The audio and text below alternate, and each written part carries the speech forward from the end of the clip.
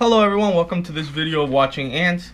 Today we are going to be talking about the story mode campaign in UFC 4. UFC 4 is the newest release for the UFC series, obviously the fourth one in the line. Seventh if you count the original UFC, developed by THQ. But it came out about 2 weeks ago. I've been playing through the campaign. I barely play online. I do play online, but I lose all the time. I'm terrible.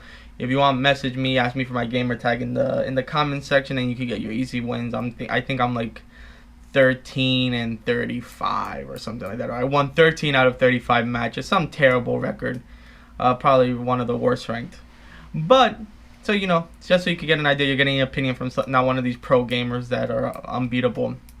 I completely suck at the game, but for me to get some enjoyment out of it, I play campaign because I usually win in campaign mode, depending the difficulty.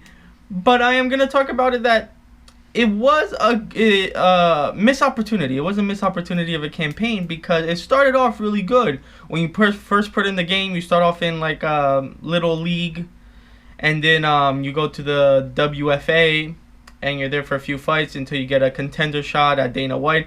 So they did put some story into it, and when you're building your fighter up, it's going good. It does go good. The fighter is you do go these challenges, and then you do these they have 4 training styles, which is wrestling, jiu-jitsu, Muay Thai, and boxing. The 4 sparring partners are always the same 4 guys.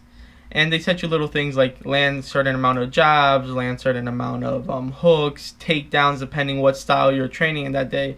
And then that upgrades your stuff. And then you also they have 100 points a week. And these points are used for different train outs. And you also have a stamina. You got to get in fighting form, which was interesting, which was a good add-on.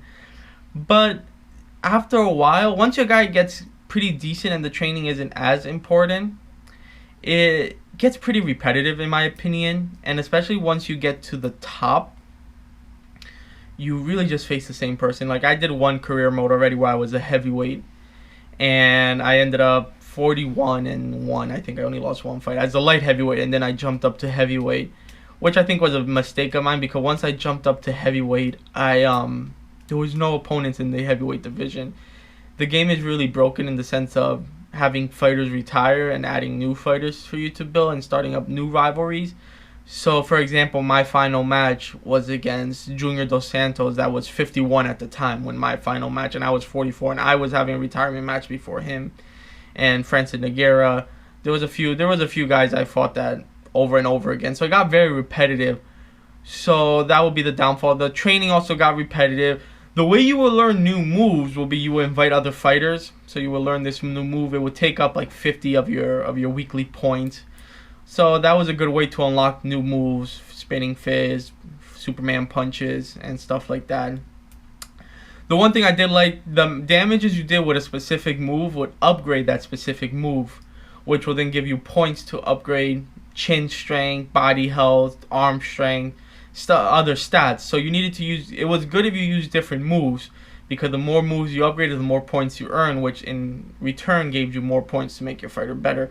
So there was a good attribute upgrade system in place. I felt that they could have maybe just added a few more different type of trainings or different styles. Maybe switch up the wrestler partners every few years instead of fighting the same guy for 15 years, game-wise, of course. But it got very repetitive. My recommendation, my idea, if what EA should have done, so you can keep it pretty fresh and not worry too much about creating just these fake fighters, these random AIs, would be start your career maybe 10 years in the past. So in like the 2010, for example, and then you just work your way back up until current time, and then probably play out 5 years in the future. So you get a 15-year career. While you're growing through the ranks at the bottom, all the major fights that have happened over the 10 years can still happen. Everybody can still become the stars. So, Conor McGregor still isn't the biggest thing. Ronda's still around. Ronda's still undefeated. So the game simulating still get to put all those storylines in. But then once you get to the top of the mountain, which will be around current time, it should take you about 10 years. You get 3 fights a year if you don't lose. So it should take you a few years to get to the top. And once you get to the top, then you can just jump into all these current fighters' storylines and just fight all these current fighters. So, you know, it's more interactive. It doesn't seem outdated. And you're not fighting a Conor McGregor that's 47 years old when you're 22. So I feel that will be a good way to fix the issue. But I gotta say, overall, this is probably one of my favorite UFC since probably UFC 2. Because, you know, UFC 3 was terrible in my opinion.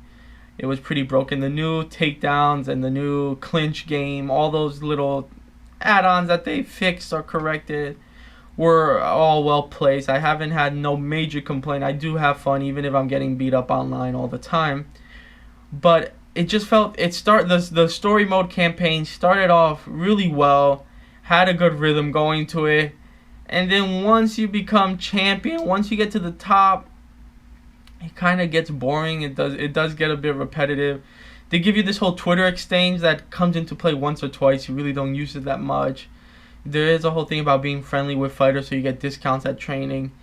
But it doesn't really lead to much. Like they say about rivalries, with my heavyweight, I believe I had only one rivalry at a point, which was Junior Dos Santos, funny enough to be my final fight. But it's not something well played out. It's not like you can start rivalries. It's not you can call out people. Everything has to be. It's pretty formatted. It's pretty scripted. It's not like you really don't have control of your own destiny in that sense. You do get to decline fights and stuff, but it would be nice, you know, once you're like a top 9 or you're on a few winning streak, you get to call out the current champion. And also you can jump from division to division. I thought I was a light heavyweight, like I said, and I jumped up to a heavyweight division, and I was in heavyweight for about 10 years game wise, but I could have never jumped down, and I got pretty boring on the heavyweight. It would be good that you can decide to go back down or have another super fight, because you jump up because you have a super fight for the 2 belts, which I won, and then I had to vacate 1. But which is kind of stupid, because I believe you can have 2 belts. You just have to defend them accordingly.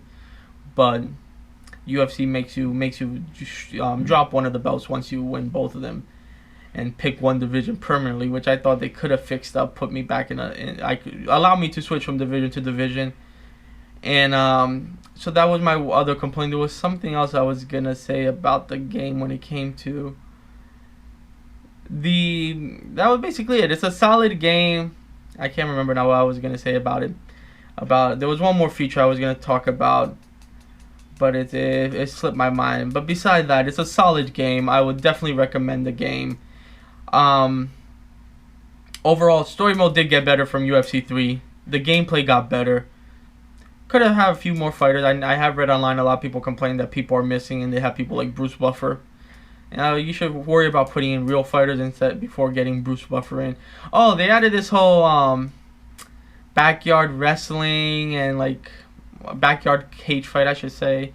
And they also added this other like Mortal Kombat arena wannabe, the Kaimite, I believe it's called, which is good features, but you know, your game isn't perfect that you can add all these little extra on. That should just be add-on or DLCs. You should focus more on the story mode and not waste so much time on doing a backyard arena, which was really pointless.